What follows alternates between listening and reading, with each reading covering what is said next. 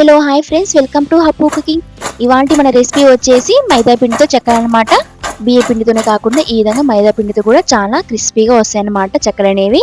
కొన్ని చిన్న చిన్న టిప్స్ ఫాలో అయితే మీరు గంటలో 100కి పైగా ఈ చెక్కలని ప్రిపేర్ చేసుకోవచ్చు అనమాట.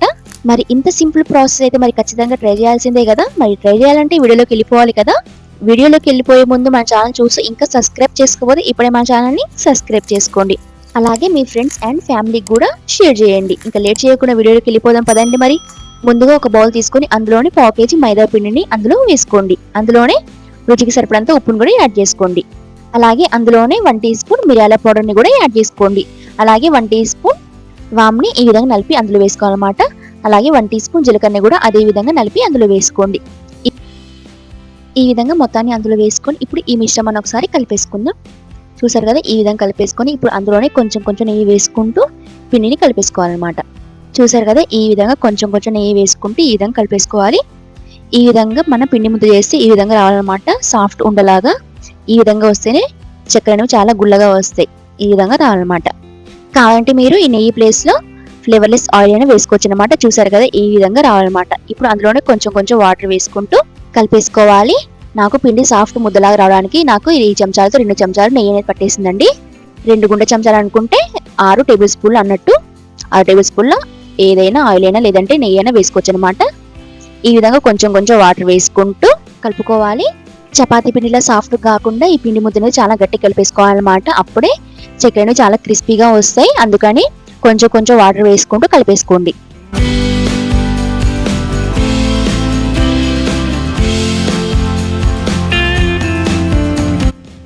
ఈ విధంగా ఉండలా కలిపేసుకోవాలన్నమాట గట్టిగా.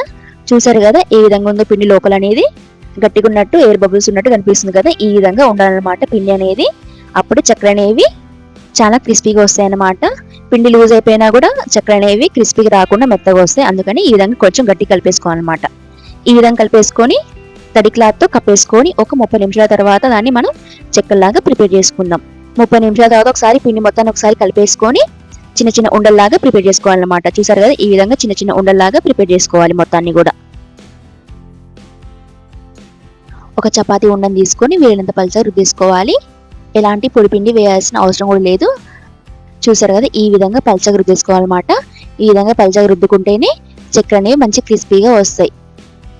ఇప్పుడు మనం వాటిని రౌండ్ షేప్ లాగా కట్ చేసుకోవాలి కాబట్టి నేను ఒక బౌల్ తీసుకున్నాను. కాబట్టి మీరు గ్లాస్తోనైనా కట్ చేసుకోవచ్చు. మంచి రౌండ్ షేప్ లాగా వస్తాయి అన్నమాట.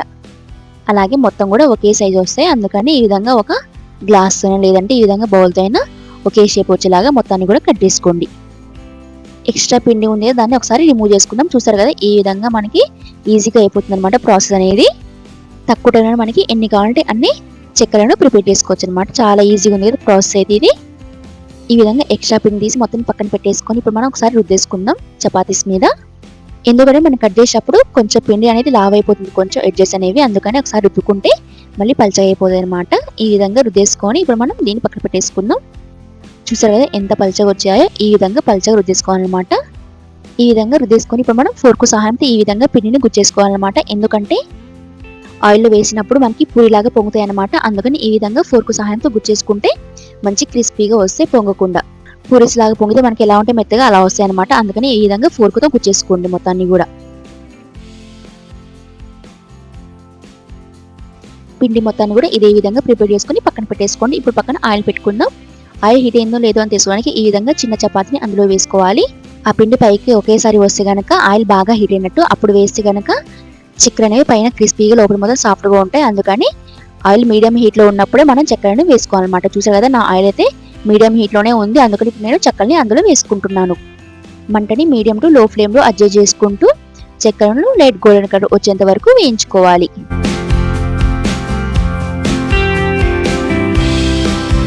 ఈ విధంగా లైట్ గోల్డెన్ కలర్ వచ్చేంత వరకు బాగా డీప్ ఫ్రై చేసుకోండి. ఒక 6 నిమిషాలకి ఈ విధంగా కలర్ అనేది వచ్చేస్తుంది అనమాట.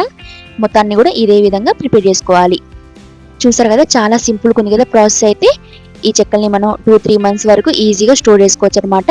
ఈవినింగ్ టైం స్నాక్స్ లాగా టీలోకి తిన్నా కూడా చాలా బాగుంటాయి అనమాట టేస్ట్ అయితే.